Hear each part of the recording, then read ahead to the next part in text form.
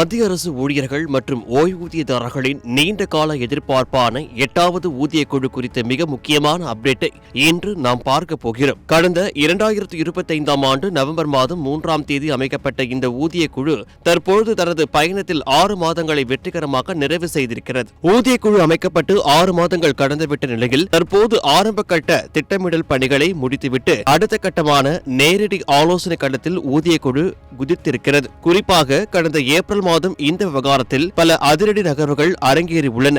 April 10ஆம் தேதி முதல் ஒப்பந்த அடிப்படையில் கூடுதல் பணியாளர்களை திரட்டும் பணிகள் தொடங்கப்பட்டன. அதைத் தொடர்ந்து ஏப்ரல் 14ஆம் தேதி மத்திய அரசு ஊழியர்களை பிரதிநிதிப்படுத்துவதும் JCM அமைப்பு சுமார் 51 பக்கங்கள் கொண்ட உங்கள் சத்யாவில் குளு குளு ஏசி ஆஃபர் ஒரு விரிவான கோரிக்கை மனுவை ஊதிய குழுவிடம் சமர்ப்பித்தது.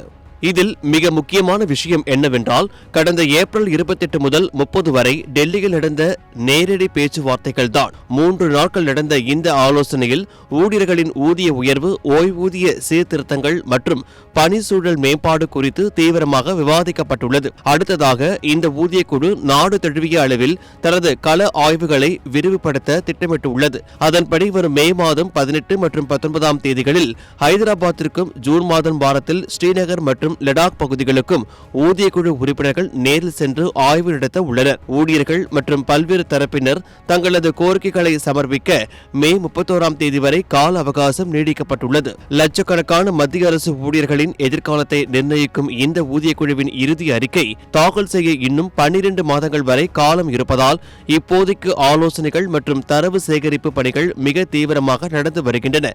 இது ஒரு நீண்ட செயல்முறை என்றாலும் தற்போது எடுக்கப்பட்டு வரும் நடவடிக்கைகள் ஊழியர்களிடையே ஒரு நம்பிக்கையை ஏற்படுத்தியுள்ளது. இந்த 8வது ஊதிய குழு மூலம் எவ்வளவு சம்பள உயர்வு கிடைக்கும் என்று நீங்கள் எதிர்பார்க்கிறீர்கள்? உங்களது கருத்துக்களை கீழே உள்ள கமெண்ட் செக்ஷனில் பதிவு செய்யுங்கள்.